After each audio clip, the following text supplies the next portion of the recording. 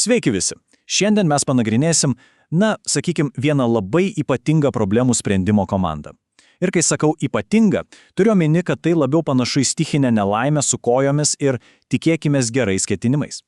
Jų metodika – tai tiesiog menas, kaip iš paprasto 4 dienų pasivaikščiojimo padaryti epinę kelių tomų verto dramą. Taigi pasiruoškite, nes mes nirsime tiesiai į genialumo ir visiškos beprotybės sūkurį. Viskas prasideda nuo tokia, sakyčiau, fundamentalios svarbos klausimo. Įsivaizduokim situaciją, reikia nukeliauti iš taško A į tašką B. Tarp jų tiesus patogus 4 dienų kelias. Koks būtų teisingas atsakymas? Žinoma, teisingas atsakymas – viską apsunkinti. Nes kamgi eiti tiesiai, kai galima aplaukti visą žemyną? Kam rinktis logiką, kai galima pasikliauti visiškų, 100% absurdu?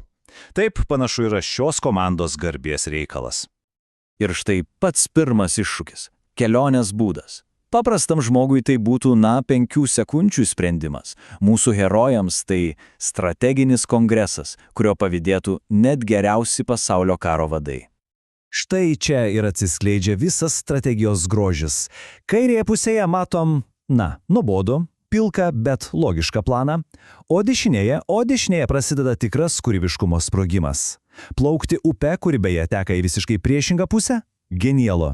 Ieškoti zombių, kad užsidirbti teleportui, kurio jie net nemoka naudoti, ambicinga, bet mano asmeninis favoritas yra vengti kelio, bet eiti šalia kelio. Tai tiesiog strategijos šedevras prilygstantis bandymui išlikti sausam plaukiojant basine. Aišku, galėjo būti ir blogiau, pavyzdžiui, galėjo bandyti prijaukinti voverių būrį, kad tos juos nuneštų. Po ilgų ir be abejonės labai produktyvių debatų, komanda nusprendžia, kad jiems vis dėlto reikia vežimo. Kaip jį gauti? Galima nureiti į turgų ir nusipirkti, bet tai būtų per daug paprasta. Vietoj to jie pasirenka, pavadinkim, agresyvesnio verslo plėtros strategiją – įsielinimas į ūkininko tvartą vidury nakties. Įsivaizduokite tą sceną gerai, vidurnaktis, ūkininko tvartas ir iš tamsos išlenda būrys iki dantų ginkluotų nuotykių ieškotojų, tarp jų ir tamsusis elfas, ir pačiu draugiškiausiu tonu paklausia, ar kartais neturite vežimo? Tai tas pats, kas įsilaužti į banką ir mandėgiai pasitairauti vadybininko, ar galėtumėte gauti paskolą. Ūkininko reakcija, tiesą sakant, yra absoliučiai suprantama. Sakyčiau, net stebėtinai santūri. Aš jo vietoje tikriausiai būčiau reagavęs šiek tiek garsiau ir pasitelkęs ne tik šakes.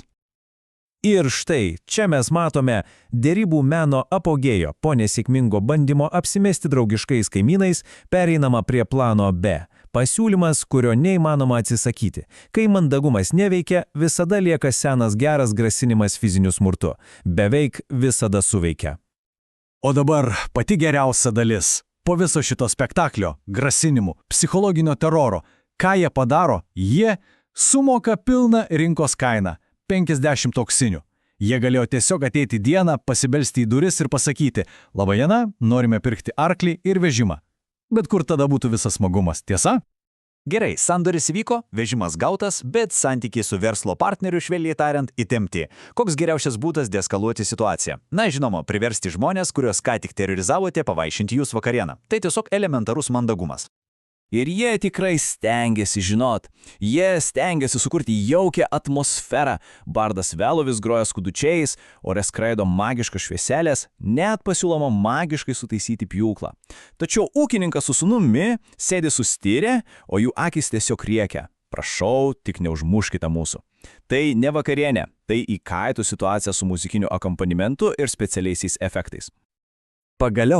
Pagaliau ištrūkus iš tos pačių sukurtos socialinės katastrofos, mūsų herojai tęsia kelionę. Ir kaip tyčia jos sustabdo sargybinis. Gal šį kartą jie pasielgs subtiliau, gal pasinaudos savo derybiniais įgūdžiais, savotiškai, taip.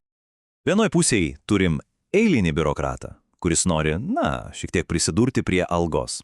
O kitoj pusėje turim sprendimą prilygstantį atominiai bombai. Sargybinis norėjo tiesiog kyšio, o gavo ugnies kamuolį į nugarą.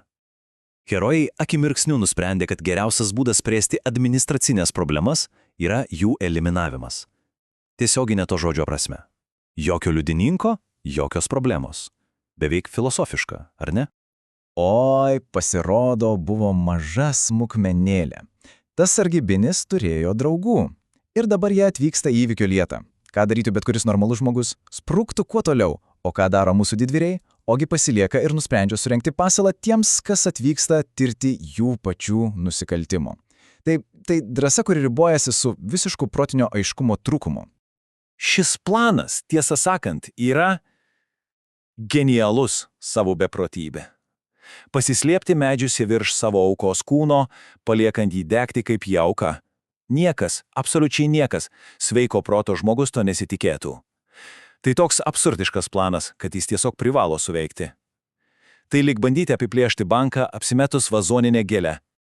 Ir kovos įkarštyje bardas Veliuvis išsitraukė savo galingiausią ginklą. Ne kardą. Žodinį įžeidimą.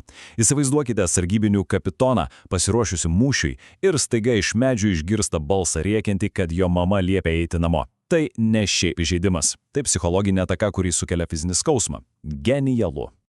Ir koksgi viso šito rezultatas? Na, po pirmo raundo vaizdelis toks.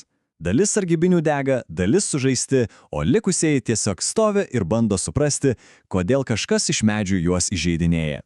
Tai ne kova, tai absurdo teatras su ugnies efektais. Kapitono reakcija, po tokio psichologinio smūgio dėl mamos paminėjimo, yra visiškai logiška. Kai tavo komanda dega, o tave įžeidinėja iš medžių, geriausia strategija yra bėgti. Labai greitai. Taigi, ką mes galime pasimokyti iš šios, didvyriškos odisėjos?